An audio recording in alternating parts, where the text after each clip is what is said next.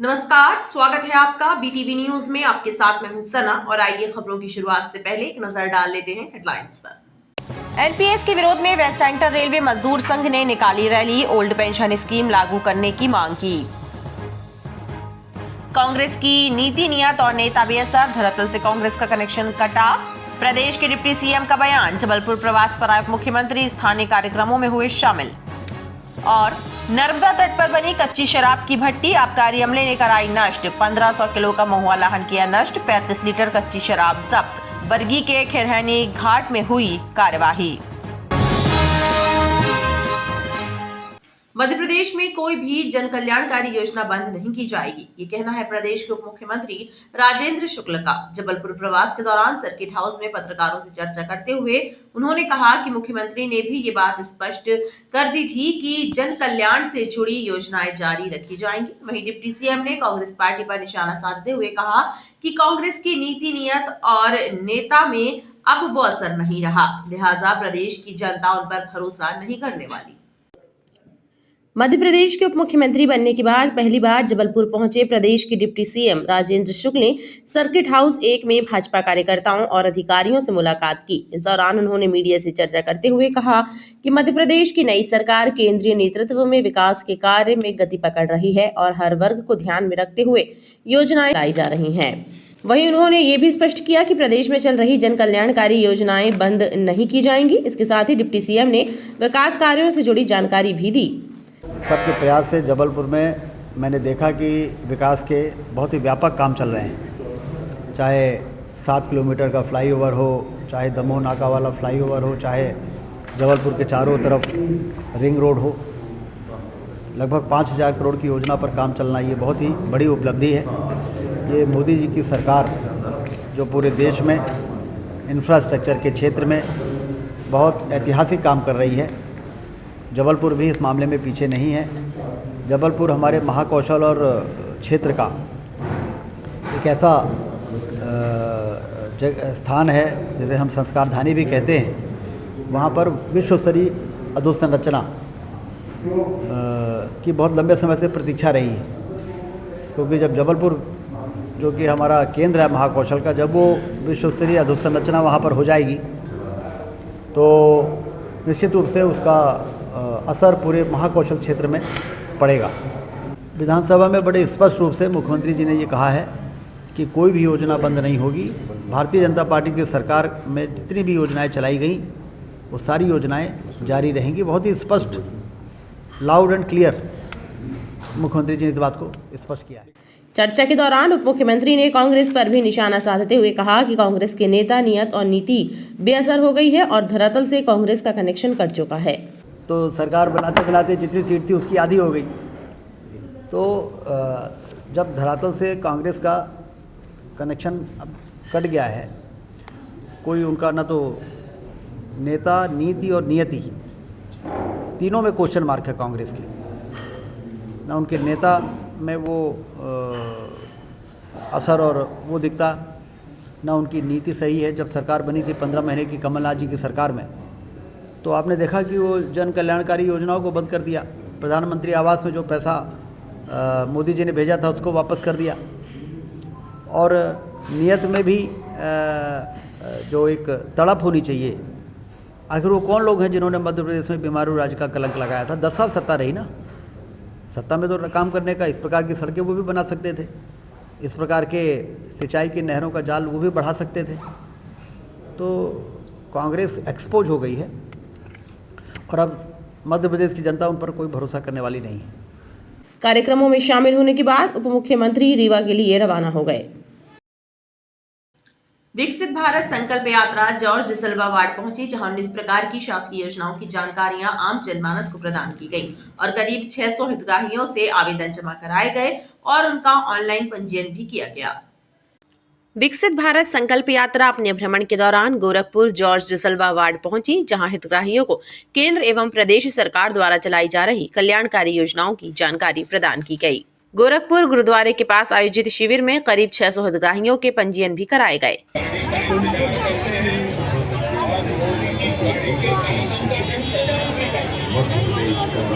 आज हमारे माननीय प्रधानमंत्री जी नरेंद्र मोदी जी की विकसित संकल्प यात्रा के दौरान जॉर्ज डिसिल्वा वार्ड में शिविर लगा हुआ है, जिसमें पात्रता पर्ची, गरीब कल्याण योजना, आयुष्मान कार्ड योजना और पेंशन योजना, इन सभी का वार्डवासियों को लाभ मिल रहा है।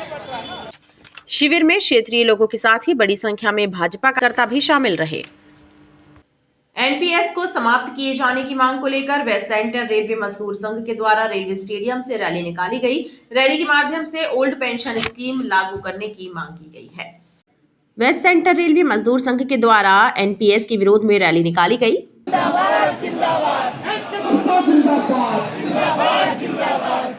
मजदूर संघ के पदाधिकारियों ने कहा कि लगभग 23 सूत्रीय मांगों को लेकर सामान्य सभा का आयोजन किया जा रहा है। इसके पूर्व रैली निकालकर ओल्ड पेंशन स्कीम लागू करने की मांग की गई। वेस्ट सेंट्रल रेलवे मजदूर संघ द्वारा नेशनल पेंशन सिस्टम को, न्यू पेंशन सिस्टम को रद्द करने के लिए और ओल्ड पेंशन सिस्टम को लागू करने के लिए एक विशाल रैली का ये आयोजन किया गया है। वार्षिक अधिवेशन वेस्ट सेंट्रल रेलवे मजदूर संघ का अभी प्रारंभ हो चुका है और हम यहाँ से जाकर सेंट्रल एग्जीक्यूटिव कमेटी और वर्किंग कमेटी करेंगे। उसके पहले एनपीएस को रद्द करने के लिए इस रैली का आयोजन किया गया है। इसमें भोपाल, जबलपुर और कोटा मंडल के हजारों कार्यकर्ता और डेलीगेट्स और हमारे पदाधिकारी भाग ले रहे हैं। रैली का समापन सीनियर रेलवे इंस्टीट्यूट में हुआ। नेताजी सुभाष चंद्र बोस मेडिकल कॉलेज में क्षय रोग, टीबी उन्मूलन पर 6 दिवसीय कार्यशाला का आयोजन किया जा रहा है, जिसमें विशेषज्ञों द्वारा बीमारी के नवीन उपचार की जानकारियां संबंधित चिकित्सकों एवं छात्र छात्राओं को प्रदान की जा रही है। भारत सरकार की मंशा देश को 2025 तक टीबी मुक्त देश घोषित करने की है और इसी हिसाब से कोशिशें की जा रही हैं। टीबी उन्मूलन कार्यक्रम के अंतर्गत नेताजी सुभाष चंद्र बोस मेडिकल कॉलेज में 6 दिवसीय वर्कशॉप का आयोजन किया जा रहा है, जहां देश भर से आए विशेषज्ञ उपचार संबंधी नवीन जानकारियां चिकित्सकों को प्रदान कर रहे हैं, साथ ही सरकार की मंशा से भी करा रहे हैं। हमने 6 दिवसीय कार्यशाला का आयोजन करके मेडिकल कॉलेज में टीबी के में उपलब्ध नई जानकारियाँ सभी फैकल्टी को और सभी स्टूडेंट्स को, मेडिकल स्टूडेंट्स को उपलब्ध कराने का प्रयास किया है, ताकि माननीय प्रधानमंत्री श्री नरेंद्र मोदी जी के टीबी उन्मूलन लक्ष्य की दिशा में एक बेहतर कार्य हो सके। जैसा कि आप जानते हैं, टीबी एक सामाजिक बीमारी है, तो इसका इलाज भी समाज से ही संभव है। सिर्फ डॉक्टर या मेडिकल कॉलेज अगर इसमें करें तो ये कभी ख़त्म नहीं हो पाएगी। तो सामाजिक बीमारी का जो इलाज है समाज से ही आना चाहिए। इसी के तारतम्य में हमने मेडिकल कॉलेज के विभिन्न कैडर की फैकल्टी को टीबी के बारे में जागरूक करने का प्रयास किया है कि ट्यूबरक्लोसिस मात्र जैसे हम समझते हैं कि खांसना या बुखार आना या खून की उल्टी होना, जैसे कि अक्सर हम पिक्चर में देखते हैं, ऐसा नहीं है। इसके बहुत ही अलग अलग और भिन्न प्रकार के जो सिम्टम्स होते हैं और मरीज अलग अलग तरीके से आ सकता है। इन मरीजों को किस तरह से डायग्नोस किया जाए और किस तरह से हमारे यहाँ पे जो एक बहुत ही उन्नत संस्थान है रेस्पिरेटरी मेडिसिन के तौर पर, जो लोग इतनी अच्छी सेवाएं दे रहे हैं, मरीजों को कम से कम वहाँ तक पहुँचाया जाए। तो इसी कड़ी में हमने यह सुनिश्चित किया कि मेडिकल कॉलेज के 100% फैकल्टी और स्टूडेंट्स, मतलब जितने भी पोस्ट ग्रेजुएट स्टूडेंट्स हैं, और 100% फैकल्टी को सेंसिटाइज किया जाए, ताकि कम से कम इस बाउंड्री वॉल के भीतर कोई भी ट्यूबरक्लोसिस का मरीज हो तो वो हमसे छूट ना जाए। आयोजकों का कहना है कि इस वर्कशॉप का व्यापक असर टीबी के उपचार में नजर आएगा। नई जानकारियां बेहद उपयोगी साबित होंगी। कांचघर से सतपुला तक सड़क किनारे लगी अघोषित सब्जी मंडी से यातायात प्रभावित हो रहा है। क्षेत्रीय जनता के अनुसार कई बार ट्रैफिक जाम के हालात भी बन जाते हैं।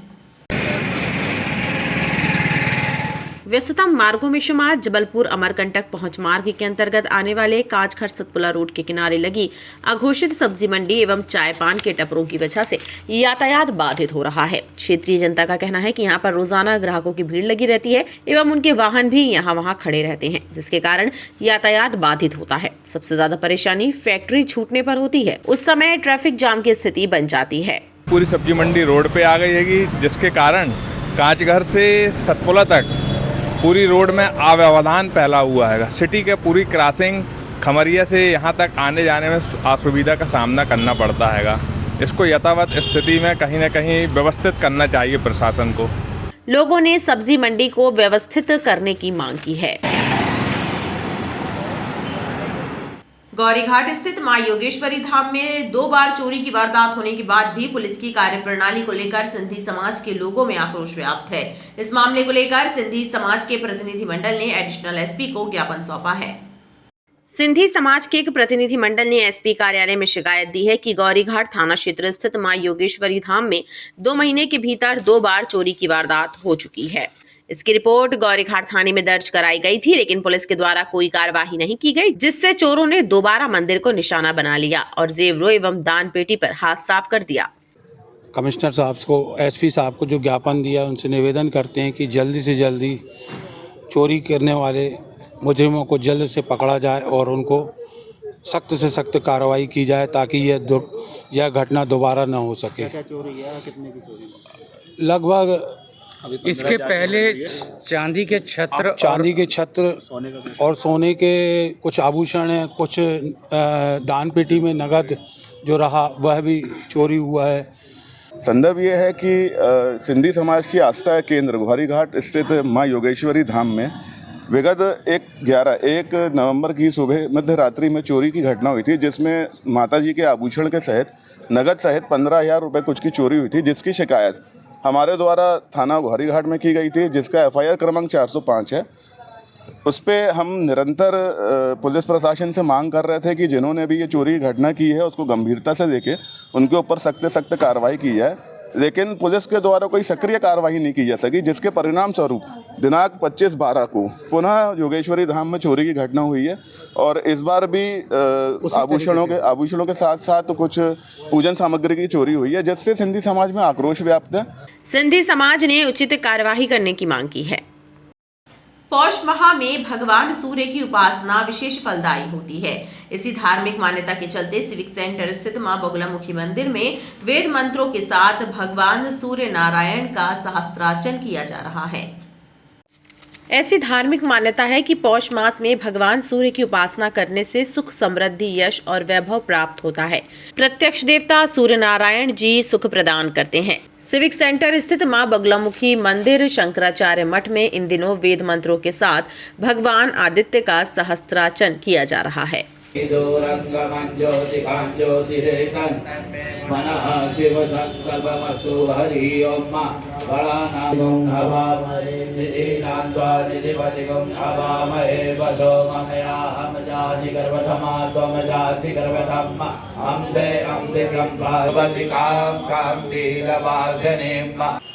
पौष मास है, जिसमें सारे देवताओं की पूजा उतनी नहीं होती है जितनी भगवान सूर्य की मान्य होती है।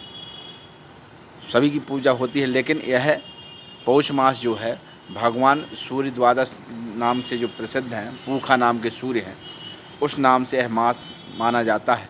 तो इस पौष मास में जो भगवान सूर्य की उपासना करते हैं वह निश्चित रूप से समस्त प्रकार के अपने मनोरथों को पूर्ण करते हैं। दुख दारिद्र्य का निवारण होता है, समस्त प्रकार के रोगों से निवृत्ति होती है और धन धान्य की प्राप्ति, राज्य सौभाग्य आदि की प्राप्ति होती है। तो यह प्रतिवर्ष की भांति इस वर्ष भी भगवान सूर्य की उपासना यहाँ संलग्न है। सभी लोग भगवान सूर्य की आराधना करके लाभान्वित हों। सूर्य देव जी हिंदुओं के प्रत्यक्ष देवता है और उनकी पल पल बरसती कृपा सृष्टि का प्रत्येक प्राणी महसूस करता है।